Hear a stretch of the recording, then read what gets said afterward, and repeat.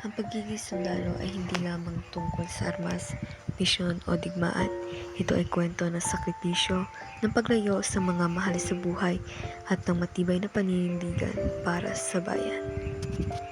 Samahan ninyo kami sa isang paglalakbay kung paano ang isang simpleng pangarap ay naging dahilan ng matinding paglalakbay at kung paano sa kabila ng distansya na natiling buhay ang pagmamahal para sa pamilyang iniwan.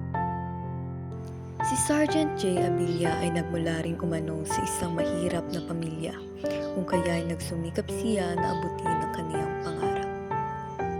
Ayon sa kanya, maraming hirap umano ang kaniyang naranasan bago siya naging isang ganap na sundalo. Isa na doon ay ang medikal.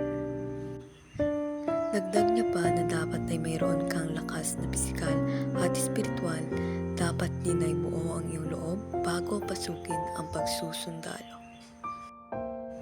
Lahat tayo ay naghahangad na maabot ng ating mga pangarap dahil isa ito sa pinakamasayang parte ng ating buhay. Para kay Sergeant J.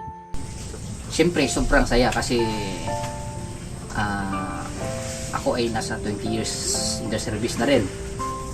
Tapos, marami na rin akong experience na napuntahan na lalo-lalo na sa pag-serbisyo sa bayan. Tapos, nakatulong na rin ako sa aking pamilya, especially sa aking asawa at anak, magulang.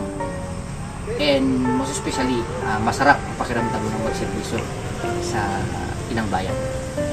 Hindi natin maiwasang makaramdam ng lungkot, lalo na kapag tayo ay malayo sa ating mga mahal sa buhay.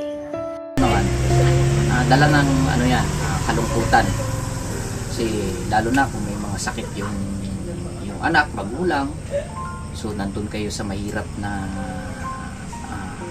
sitwasyon, nandun kayo sa bundok, nandun kayo sa gera kasi I was assigned din sa mga part ng Mindanao, so Basilan, so galing din ako dyan. So malungkot, pero dahil sa ito yung pinasok ko na serbisyo, ang magserbisyo sa ating bayan is nakakaya naman namin at naiiraraos namin kung ano man yung mga problema o challenges na pumapasok sa ating buhay.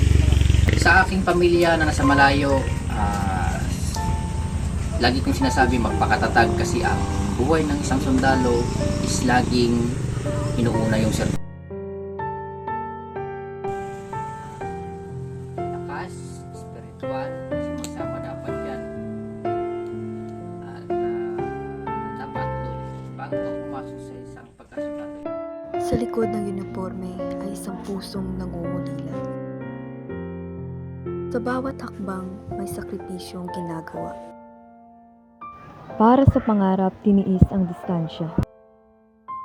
Para sa bayan at kinabukasan, handang sakripisyo ang buhay niya. Siya ay hindi lang sundalo, isa siyang bayani. Ito ang kaniyang kwento.